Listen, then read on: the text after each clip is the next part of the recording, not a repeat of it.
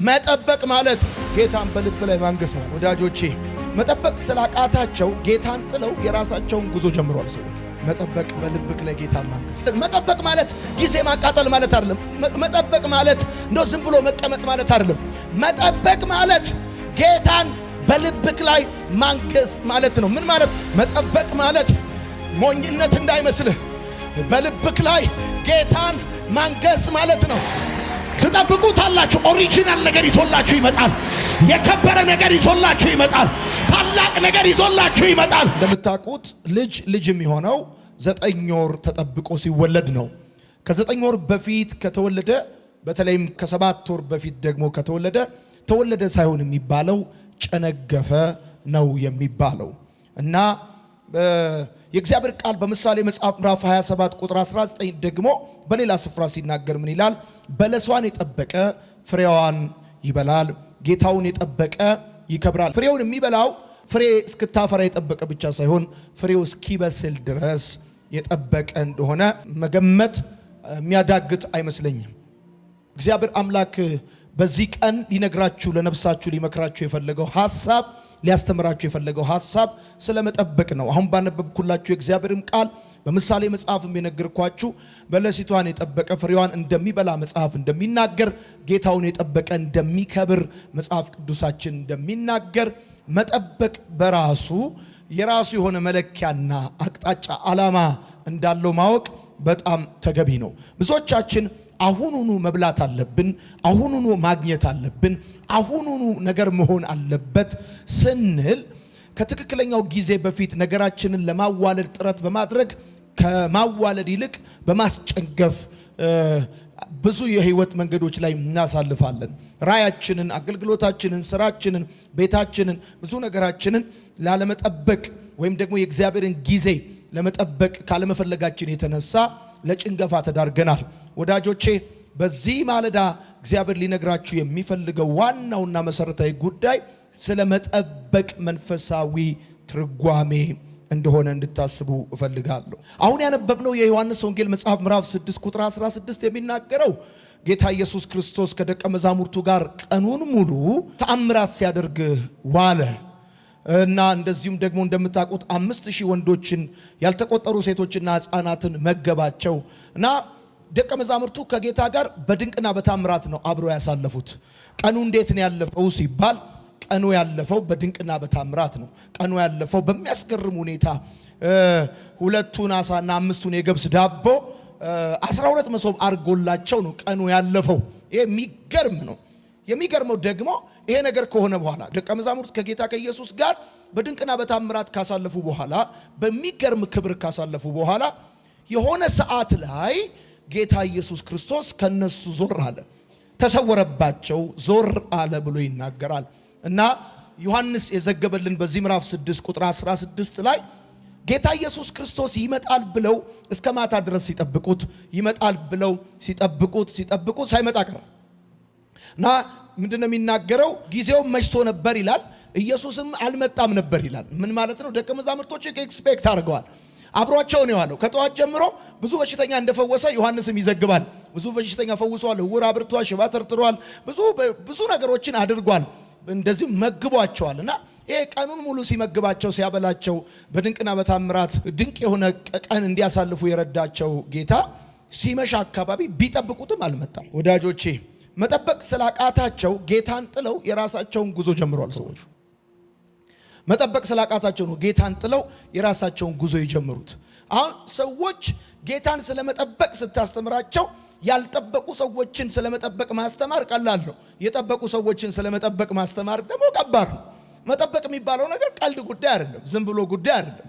ማለት ጊዜ እየሄደ ዘመን እየሄደ ብዙ ነገር እየሄደ እናንተ ቁጭ ብላችሁ እየጠበቃችሁ ይመጣል ብላችሁ ተጠብቁ ባይመጣና ቢዘገይ ማንኛውም ሰው ያለው አማራጭ ምንድነው? የራሴን መንገድ፣ የራሴን መውጫ፣ የራሴን አቅጣጫ ደግሞ ለሞክር ይላል። መጠበቅ ቀላል ጉዳይ አይደለም ወዳጆች። እናንተ 40 ደቂቃ ማኪያቶ እየጠጣችሁ አትጠብቁም። ሰው ጠብቄ ሄጃለሁ ነው የምትሉት። 20-30 ደቂቃ አይ ከዚህ በላይ አልጠብቅም ነው የምትሉትና ይሄ ደግሞ ሁሉን ትተው የተከተሉት ጌታ ነው። ያድነናል፣ እናምነዋለን፣ ህይወታችን ነው ብሎ የተከተሉት ጌታ ነው የቆየባቸው። ስለዚህ ጌታን መጠበቅ ሲያቅታቸው ጌታን ጥለው የራሳቸውን ጉዞ ጀምረዋል። በጣም እርግጠኛ መሆን ያለባችሁ ነገር ምንድነው መሰላችሁ? የሰው ፍጥነት መቼም ቢሆን እግዚአብሔርን ሊቀድመው አይችልም። የሰው ብልጠት መቼም ቢሆን የእግዚአብሔርን ሞኝነት ሊልቅ አይችልም። እና በጣም እርግጠኛ እነዚህ ሰዎች ይገርማቸዋል። ጉዞ እንደጀመሩ ይላል መጽሐፍ፣ ኃይለኛ ንፋስ ተነሳ፣ ባህሩ ተናወጠ፣ ባህሩ ተጨነቀ። በጣም ከባድ የሆነ ነገር ነው የሆነው። የረገጡት ውሃ ነው። ውሃው ደግሞ አቋም የለውም፣ ይዋዥቃል፣ ይወላውላል፣ እንደዚህ ይላል። ዙሪያቸው ንፋስ ነው። ቀና ሲሉ ሰማዩ ጨለማ ነው። በእንደዚህ አይነት ሁኔታ ውስጥ እየተጓዙ ነው ማዕበል የተነሳው። እነሱ በታንኳ የከበዳቸውን ውሃ እሱ በእግሩ ነው እየረገጠው የመጣው። ጌታን መጠበቅ የሚያዋጣው ለምን መሰላችሁ? እናንተ ማክሲመም ይፈርታችሁን ተጠቅማችሁ የሚያቅታችሁ ነገር ከሱ ጋር ቀላል ስለሆነ ነው። ከሱ ጋር ቀላል ስለሆነ ህይወት፣ ከሱ ጋር ቀላል ስለሆነ አገልግሎት፣ ከሱ ጋር ቀላል ስለሆነ የትኛውም ነገር መጠበቅ የሚያዋጣው በዋነኛነት ለዛ ነው። እና እነዚህ ሰዎች ጌታ ስለቆየባቸው ስለዘገየባቸው የራሳቸውን ጉዞ የራሳቸውን መንገድ በሚገርም ሁኔታ እየቀጠሉ ያሉበት ሁኔታ ነበር የነበረው። ወዳጆቼ ይሄ መጠበቅ የሚባለው ነገር ምንድነው ሲባል አቅም አይደለም፣ አቋም ነው። አሁን በአቅም አይደለም ሰው የሚጠብቀው፣ በአቋም ነው ሰው የሚጠብቀው። ምክንያቱም በዕንባቆም መጽሐፍ ምዕራፍ 2 ቁጥር 1 ላይ እግዚአብሔር ቃል ሲናገር እንደዚህ ይላል፣ በመጠበቂያዬ ላይ እቆማለሁ ይላል። አሁን አቋሜ ነው እንጂ አቅሜ አይደለም። መጠበቅ የሚባለው ነገር አቋምን ነው። ይሄ ዲተርሚኔሽን ነው፣ ቁርጠኝነት ነው እንጂ አቅም አይደለም። አዎ በምታልፉበት ሁኔታ ውስጥ ከባባድ ነገሮች ስለሚገጥማችሁ ከአቅማችሁ በላይ በሆነ ነገር እየተፈተናችሁ ከአቅማችሁ በላይ በሆነ ነገር ውስጥ እያለፋችሁ፣ አዎ ትክክል ነው። ግን ሰውን አምላኩን እንዲጠብቅ የሚያደርገው አቅሙ አይደለም። የእውቀት አቅሙ፣ የገንዘብ አቅሙ፣ የሰው አቅሙ፣ የሰውነት አቅሙ ምናምን ሳይሆን መንፈሳዊ አቋሙ ነው እግዚአብሔርን ሰው እንዲጠብቅ ሊያደርገው የሚችለው። ኦኬ በደንብ ስሙኝ። አሁን ምንድነው መነሻ ያደረግነው ሐሳብ? አንድ ልጅ የሚሆነው 9 ወር ሲጠበቅ ነው። ከ9 ወር በፊት ከሆነ ግን ጨነገፈ ነው እንጂ የሚባለው ተወለደ አይደለም የሚባለው። በተለይም ነግራቸዋለሁ፣ ሳይንሱም ራሱ ከ6 ወር በፊት ጽንስ ከወጣ ተወለደ አይባልም፣ ጨነገፈ ነው የሚባለው።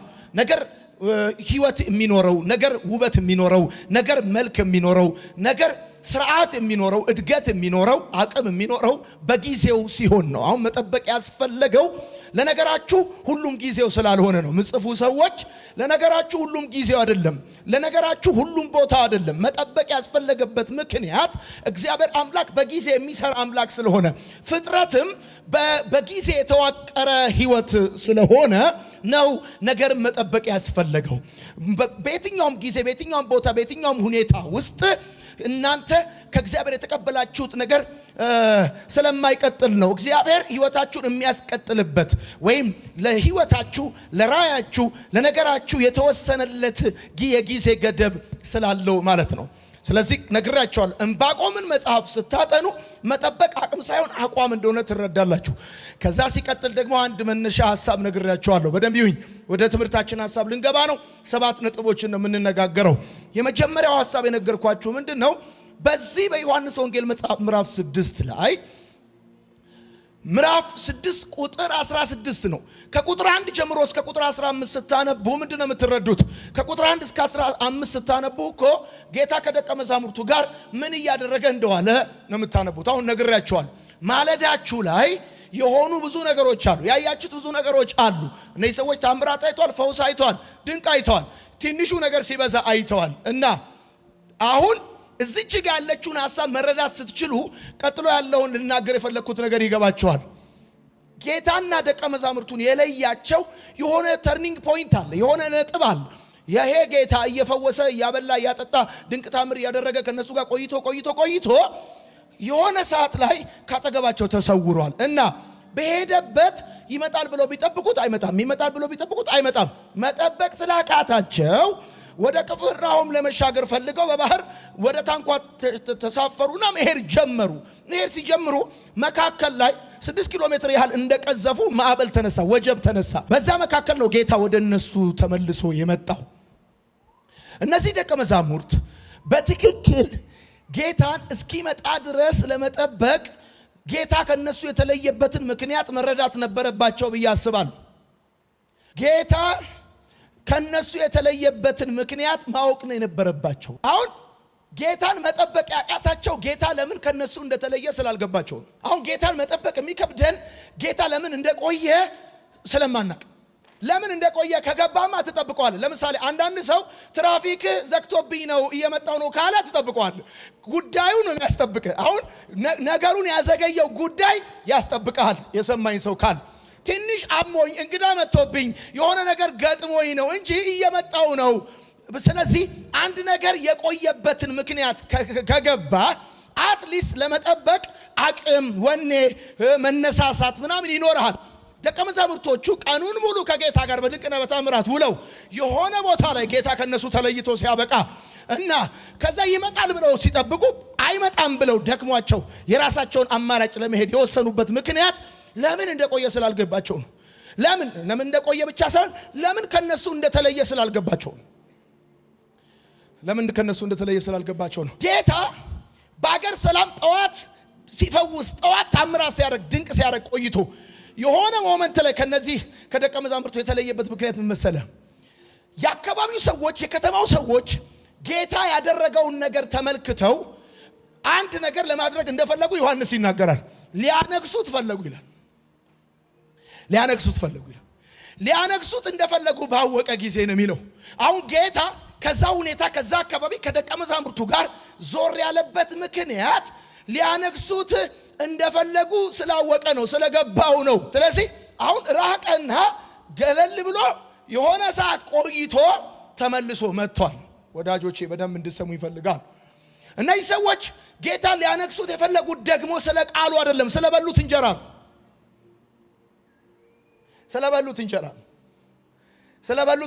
ጌታ ሊያነግሱት የፈለገው። አሁን ጌታ ከዚህ ስብስብ ከዚህ አካባቢ ዞር ያለበት ምክንያትና የተወሰነ ጊዜ የቆየበት ምክንያት ምንድነው ብላችሁ ስትጠይቁ የምትረዷቸው ነገሮች አሉ። ወዳጆቼ የምትጽፉ ሰዎች መጠበቅ ማለት ጌታን በልብህ ላይ ማንገስ ማለት ነው።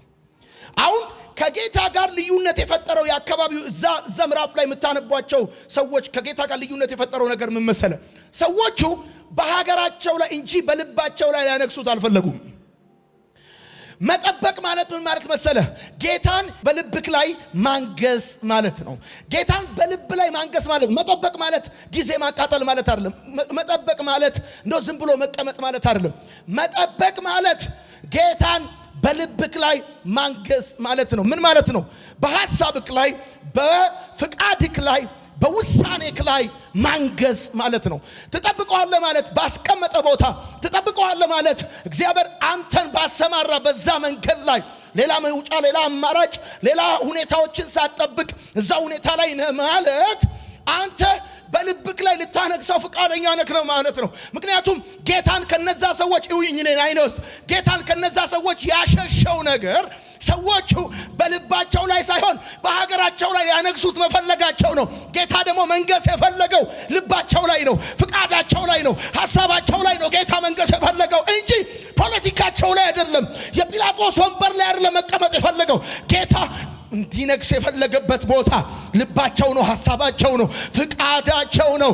ለመሰለ ጌታ መምጣት ሲችል የሚቆየው መምጣት ሲችል የሚያስጠብቅ በልብክ ላይ መንገስ ስለሚፈልግ፣ በሐሳብክ ላይ መንገስ ስለሚፈልግ፣ በውሳኔክ ላይ መንገስ ስለሚፈልግ፣ በፍቃድክ ላይ መንገስ ስለሚፈልግ፣ ሐሳብክ ሐሳቡ እንደሆነ ማየት ስለሚፈልግ፣ ውሳኔክ የሱ ፍቃድ እንደሆነ ማየት ስለሚፈልግ ለምን እንደተለያቸው ቢገባቸው ኖሮ እስኪመጣ ድረስ ይጠብቁት ነበረ። የራሳቸውን መንገድ ለመሄድ አይጀምሩም ነበረ። ጌታ እኮ ከዛ ሁኔታ የሄደው የተወሰነ ደቂቃ ከነሱ ሰዓት የተለየበት ምክንያት፣ ያስጠበቀባቸው ምክንያት የዛ አካባቢ ሰዎች ድንቃዩ፣ ታምራታዩ፣ ፈውሳዩ፣ ምግብ በሉ እና ሊያነግሱት ፈለጉ። ሊያነግሱት ደግሞ የፈለጉት ሲስተማቸው ላይ ነው፣ ፖለቲካቸው ላይ ነው፣ ሀገራቸው ላይ ነው። እሱ የውጫቸው ሳይሆን የውስጣቸው፣ የስጋቸው ሳይሆን የነፍሳቸው ንጉሥ ነው መሆን የፈለገው። መጠበቅ ማለት ጊዜ ማባከን አይደለም። መጠበቅ ማለት ሞኝነት እንዳይመስልህ በልብክ ላይ ጌታን ማንገስ ማለት ነው። በቤትክ ላይ፣ በህይወትክ ላይ፣ በትዳርክ ላይ በተዘጋ ሁኔታ ውስጥ፣ በከባድ ሁኔታ ውስጥ፣ በምሽት ውስጥ፣ በነውጥ ውስጥ፣ በወጀብ ውስጥ መጠበቅ ማለት እግዚአብሔርን በልብክ ላይ ንጉሥ ማድረግ፣ ጌታን ማንገስ ማለት ነው። ብዙ ሰው በቢዝነሱ ላይ ጌታን መሾም ይፈልጋል። በልቡ ላይ ግን መሾም አይፈልግም። የውሳኔው ባለቤት እንዲሆን አይፈልግም። የውጤቱ ግን ተቆጣጣሪ እንዲሆን ይፈልጋል። አሁን ብዙ ሰው ጌታን የሚፈልገው የውጤቱ ተቆጣጣሪ ነው። የነገሩ ተቆጣጣሪ፣ የቢዝነሱ ተቆጣጣሪ፣ የመኪናው ተቆጣጣሪ፣ የውሳኔው ተቆጣጣሪ፣ የውሳኔው ባለቤት እንዲሆን አይፈልግም። የልቡ፣ የፍቃዱ፣ የሐሳቡ ንጉስ እንዲሆን አይፈልግም። እና ውጤቴን እኔ ወሰንኩትን ውጤት፣ እኔ ያመጣሁትን ጉዳይ፣ እኔ ያሰብኩትን ጉዳይ ጌታ ጉዳይ አስፈጻሚ አይደለም። ጌታ ያንተን ሐሳብ ለማስፈጸም የተቀጠረ ጉዳይ አስፈጻሚ ካድሬ እንዳይመስል። ጌታ የሚፈልገው አንድ ጉዳይ ነው። ስትወስን የሱን ሐሳብ፣ ስታስብ የሱን ሐሳብ። ዳዊት በዘመኑ የእግዚአብሔርን ሐሳብ አገልግሎ አንቀላፋ እንደሚል ሐሳብክ በዘመኑ ሁሉ የሱ ሐሳብ እንዲሆን እግዚአብሔር ስለሚፈልግ የሚያስጠብቅህ እግዚአብሔር አምላክ በልብክ ላይ መንገስ ስለሚፈልግ ነው። መጠበቅ ማለት ጌታን በልብ ላይ ማንገስ ማለት ነው። ሁለተኛው ምን መሰላችሁ? መጠበቅ ማለት ጌታን ለእንጀራ ሳይሆን ለቃሉ መከተል ማለት ነው። አሁን በጌታና በዮሐንስ ወንጌል መጽሐፍ ምዕራፍ 6 ላይ በምታዩቸው ሰዎች መካከል ልዩነት ያመጣው ነገር ምንድነው ብትሉ፣ ሰዎቹ ጌታ ማንገስ የፈለጉበት ምክንያት እንደዚህ አይነት ኢኮኖሚስት ሰፕላይ እና ዲማንድ አንሊሚትድ ነው እና ሰፕላይ ደግሞ ሊሚትድ ነው። ሁለቱን አሳና 5ቱን የገብስ ዳቦ እንዲህ ማብቃቃት የሚችል ኢኮኖሚስት ይሄንማ ብንከተለው ያዋጣናል ብለዋል። ስለ ህይወት ቃል አይደለም የሚከተሉት፣ ስለ ጉዴና ነው። ወዳቸው ስለሚገባው ዳቦና እንጀራ ነው የሚከተሉት። ለዛ ነው። አሁን ጌታ ከነሱ የተለየበት ዋናው ምክንያት ይሄን ነው። መጠበቅ ማለት ምን ማለት መሰለ? ለእንጀራ ሳይሆን ለቃሉ፣ እንጀራውን ሳይሆን ቃሉን መከተል ማለት ለመሰለ ፍቃዱን ስትል የሚያልፍህ ቢዝነስ አለ። የእግዚአብሔርን ሐሳብ ስትል የሚያልፍህ በጣም ብዙ ጉዳይ አለ። እግዚአብሔርን ሐሳቡን ተላልፈ ፍቃዱን ተላልፈ ከምታገኘው ማግኘት ይልቅ ከፍቃዱ ጋር ሆነ ማጣት ይሻለኛል ብለ ያለ ፍቃዱ ከምትጠግብ ከፍቃዱ ጋር ብራብ ይሻላል ብለ ስትል ጌታን የምትከተለው ለእንጀራ ሳይሆን ለህይወት ቃል ሲሆን ማለት ነው።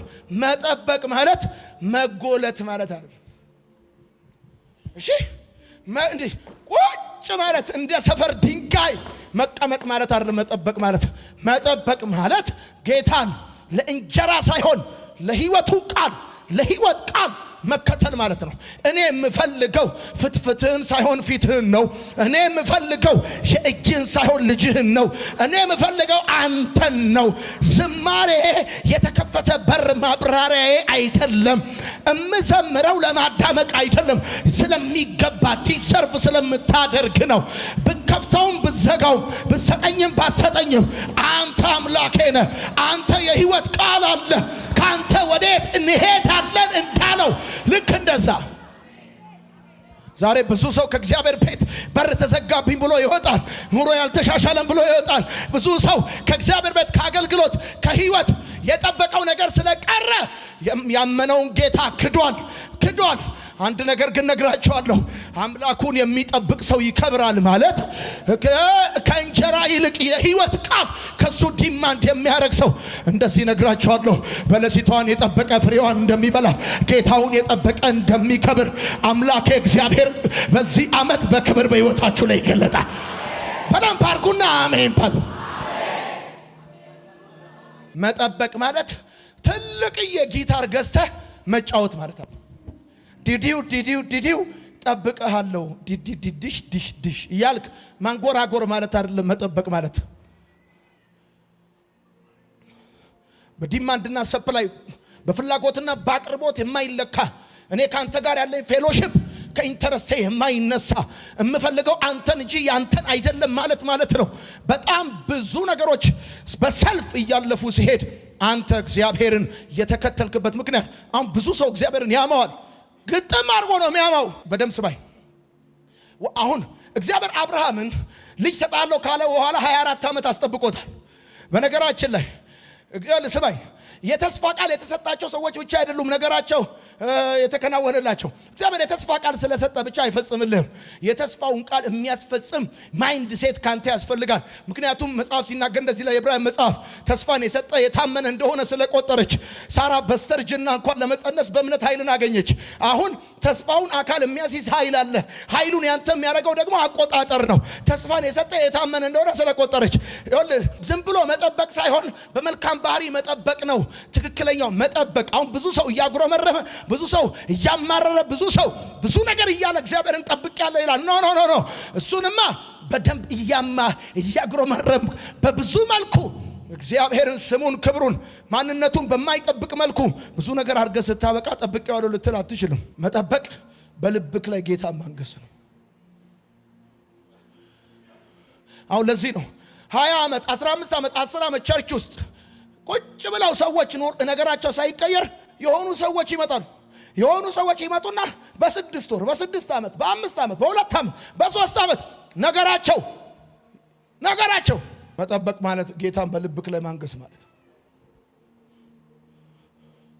መጠበቅ ማለት ለእንጀራ ሳይሆን ለቃሉ መከተል ማለት ነው። ሶስተኛው ጌታን ለፈውስ ሳይሆን ለነፍስ መከተል ማለት ነው። ቤተ ክርስቲያን ትመጣላችሁ።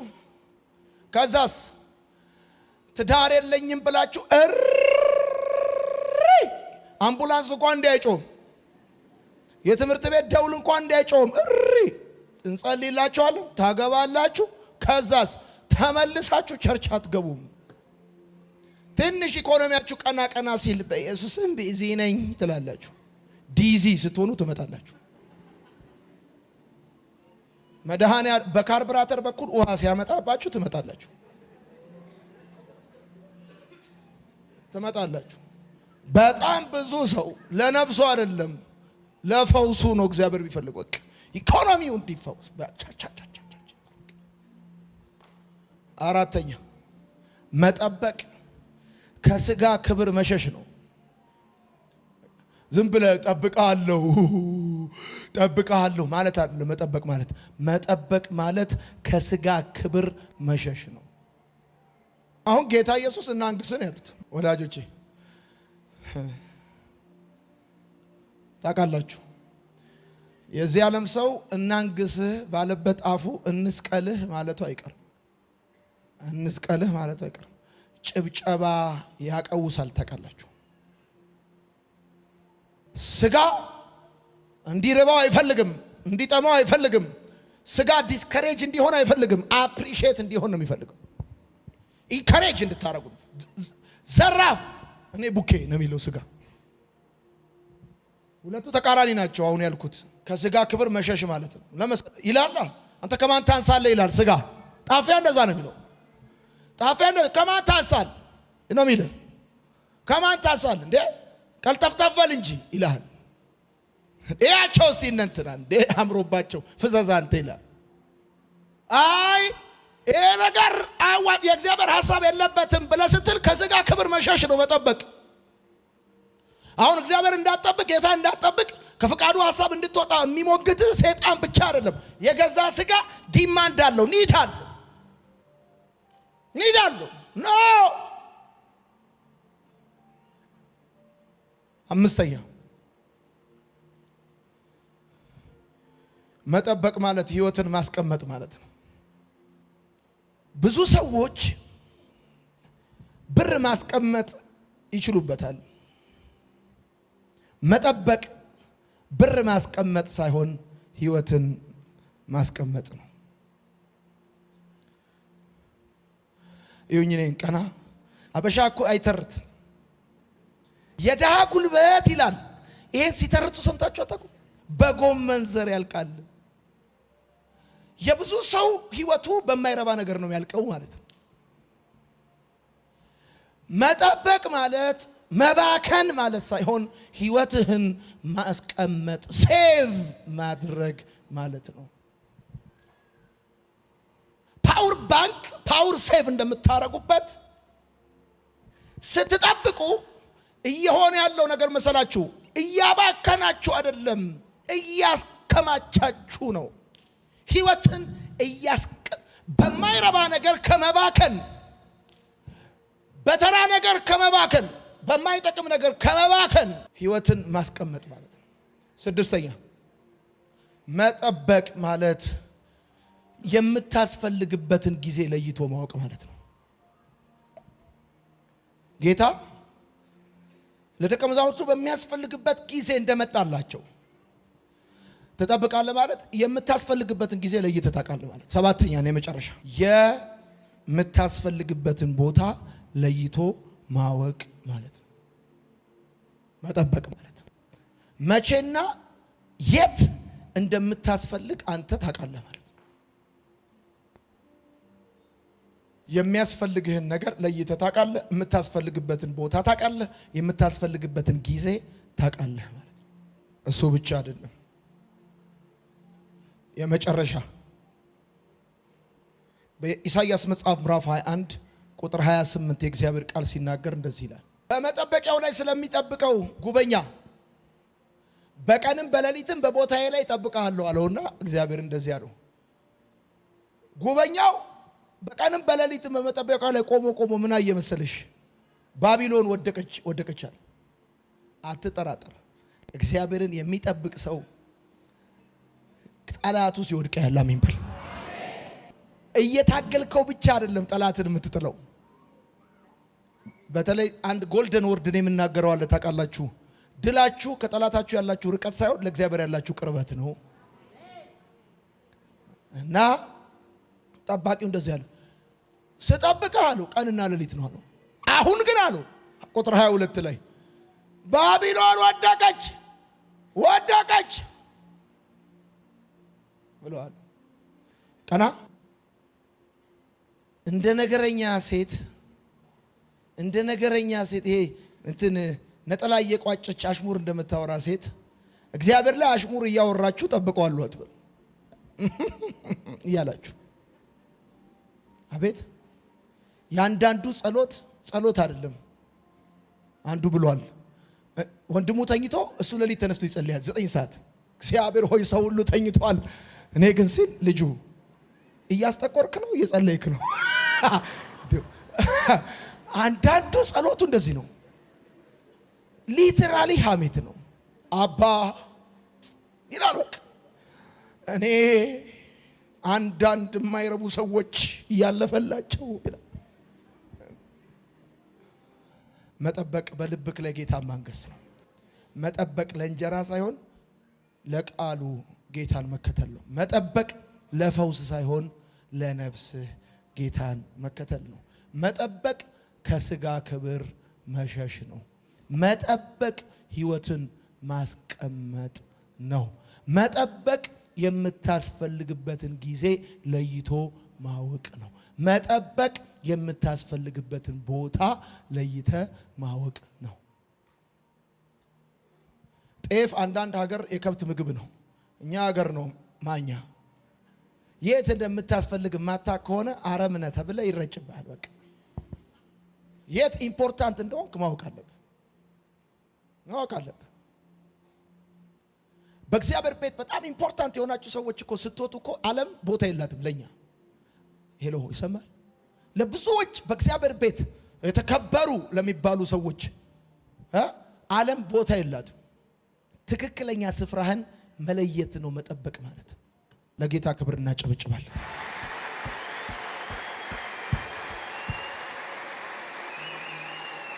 ዘንድሮም እዛው ነህ ብሎ ለሚጠብቅ ሰው ህይወትን እያባከንከው ሳይሆን ህይወትን እያስቀመጥከው ነው። በቅርብ ጊዜ እግዚአብሔር አምላክ በክብር ከፍ ያደርጋል። እዚህ ባለም ጩና አሜን በለይ። በቅርብ ጊዜ እግዚአብሔር ነገርን ሰርቶ ያሳያል። እንደዚህ በላቸው ይለኛል ጌታ። ነገር እየባከነባችሁ አይደለም። እኔ ነገራችሁን ውብ አድርጌ እሰራዋለሁ።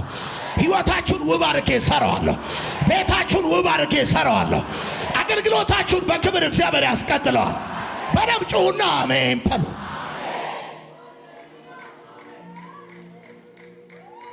ሃሌሉያ። በለሱን የጠበቀ ፍሬዋን ይበላል። ጌታውን የሚጠብቅ ሰው ይከብራል። እግዚአብሔር ካስቀመጣችሁ ህይወትና ቦታ ስፍራችሁን ሊያስለቀቃችሁ የሚፈልግ ክፉ መንፈስ የተመታ ይሁን።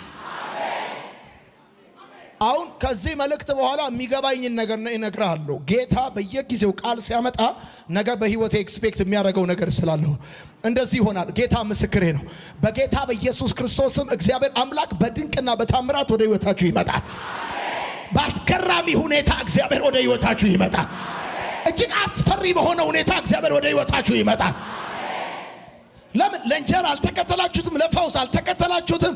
እግዚአብሔር ለስጋ ክብር አልተከተላችሁትም? እሱ ራሱን የፈለጋችሁት በጌታ በኢየሱስም እግዚአብሔር ወደ ህይወታችሁ ይመጣል። ተራራውን ነገር በግድ ደልዳላ ሜዳ ያደርገዋል። ከባዱን ነገር ቀላል ያደርገዋል። ለሆኑ ሰዎች እግዚአብሔር ዛሬ መልእክት ሰጥቷቸዋል። ለሆኑ ሰዎች ጌታ መልእክት ሰጥቷቸዋል። ለመሰለ መጠበቅ ማለት ጌታን በልብክ ላይ ማንገስ ማለት የህይወት ባለቤት ማድረግ ማለት ጊዜ ማባከን ማለት አይደለም። ሌላ መውጫ ሌላ ማለፊያ አላዋቂ መሆን ማለት አይደለም። የህይወት ባለቤት ማድረግ ማለት ከስጋዊ ክብር ራስን ማሸሽ ማለት ነው። ስጋ ኩዮች ይልሃል፣ ጓደኞች ይልሃል፣ ስጋ ብዙ ነገር ይልሃል እና በመንገዱ ሄደ በማታመጣው ይሄ በመንገዱ ልትሄድ ሲገባ ኖ በመንገዱ ምን አስኬደ በአቋራጭ ሄድበት ይልሃል። ስጋ ብዙ ነገር ነው የሚለው። ኖ ከስጋ ክብር መሸሽ ማለት ነው። ህይወትን ማስጠበቅ ማለት ነው። ሲቀጥል ጊዜህን ማወቅ ቦታህን ማወቅ ማለት ነው። ጌታውን የጠበቀ ሰው በአመቱ የመጀመሪያ ወር በዚህ ሳምንት እግዚአብሔር ለምን ይሄን እንደነገራችሁ ባላውቅም ግን ጌታውን የጠበቀ ይከብራል እንደሚል አትጠራጠር። አገልግለነው አጨራረሳችን በውርደት አይሆንም። ጠብቀነው አጨራረሳችን በማጣት አይሆንም። እግዚአብሔር አምላክ በተዋረዳችሁበት ሰፈር ያከብራችኋል። ወይኔ በተዋረዳችሁበት ሰፈር ያከብራችኋል።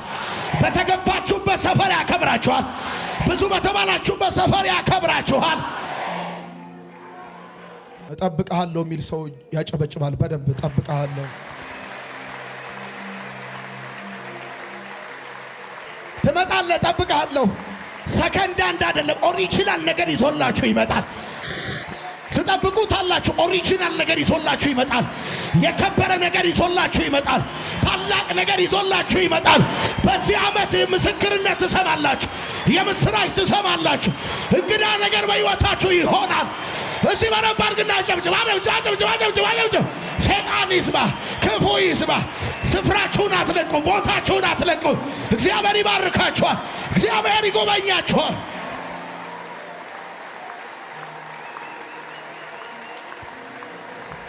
ይባርካችኋል፣ ይጎበኛችኋል። ከፍ እጆቻችሁን ከፍ አድርጉ። እናመሰግናለን፣ እንባርካለን፣ ስምህን እንጠራለን። አንተ ታላቅ ነህ። ስምህ ታላቅ ነው። ስራ ታላቅ ነው። አንተ ታላቅ ነህ። አንተ ታላቅ ነህ። ሰው ፈጥኖ አንተን ቀድሞ አያውቅም። እንዳናነግስ ንጉሥ ነህ። እንዳናበድር ባለጠጋ ነህ። እግዚአብሔር ታላቅ ነህ። እግዚአብሔር ታላቅ ነህ። እንዳናነግሰው እሱ ንጉሥ ነው። እንዳናበድረው እሱ ባለጠጋ ነው። ማድረግ ይችላል። አሜን የሚል ሰው ካለ ዛሬ ማለዳ በነገራችሁ ላይ ትእዛዝ ወጣ። እግዚአብሔር እንደዚህ ያለ ከአፌ ትእዛዝ ይወጣል። ከአፌ ትእዛዝ ይወጣል። እየሰማኝ ያለ አንድ ሰው ካለ አሜን ይባል። ከአፌ ትእዛዝ ይወጣል። ስለ ክርክራችሁ ትእዛዝ ይወጣል። ስለ ዘገየባችሁ ነገር ትእዛዝ ይወጣል።